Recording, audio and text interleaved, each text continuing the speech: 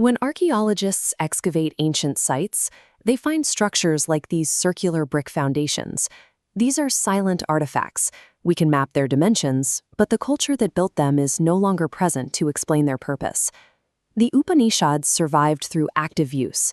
Generations of readers and copyists preserved these handwritten Sanskrit manuscripts, ensuring the ideas within them remained a living reality rather than resting in the earth. The literal translation of Upanishad is to sit down near. It refers to a student taking a seat beside a teacher, often in a forest setting, to receive esoteric wisdom through direct dialogue. Today, reading these documents requires navigating several layers of history. They are shaped by centuries of sectarian debate and are accessed through the specific interpretive choices of modern translators. To engage with the Upanishads is to perform an active investigation into these various layers of interpretation. In this note on the translation, the author explains that every translation of an ancient sacred text is an act of interpretation. Bridging the gap between our modern scientific knowledge and the cultural background of the original authors poses a significant challenge. Consider three central terms: prana, atman, and Brahman. Translators struggle to find single English words for these. Atman can mean the physical body or the self as the ultimate essence of a human, while Brahman refers to both the sacred Veda and the basic essence of the cosmos.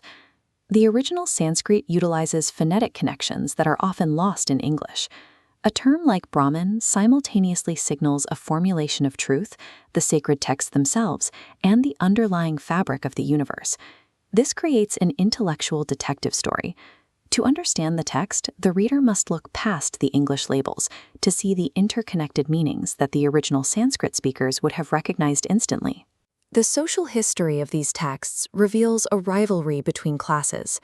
The Upanishads record several episodes where the priestly Brahmin class is defeated in debate by the royal Kshatriya class, who then teach the priests new doctrines. This friction led to a shift called the internalization of the ritual. The emphasis moved from the karmakanda, or ritual action, to the jnanakanda, the knowledge of esoteric correspondences between the human and the divine.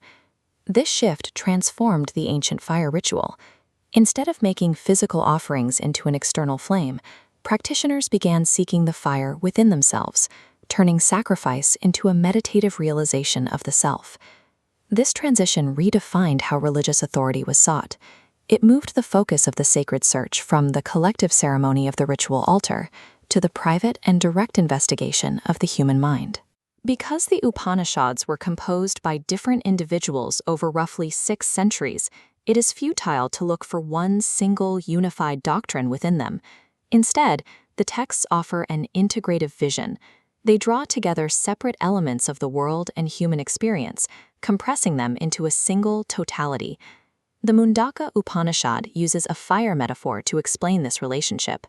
It describes sparks flying by the thousands from a well-stoked fire, each looking exactly like the original flame. The poem concludes that diverse things issue from this imperishable source and eventually return into it. To read the Upanishads is to participate in an ancient dialogue that aims to see the entire world as an interconnected totality.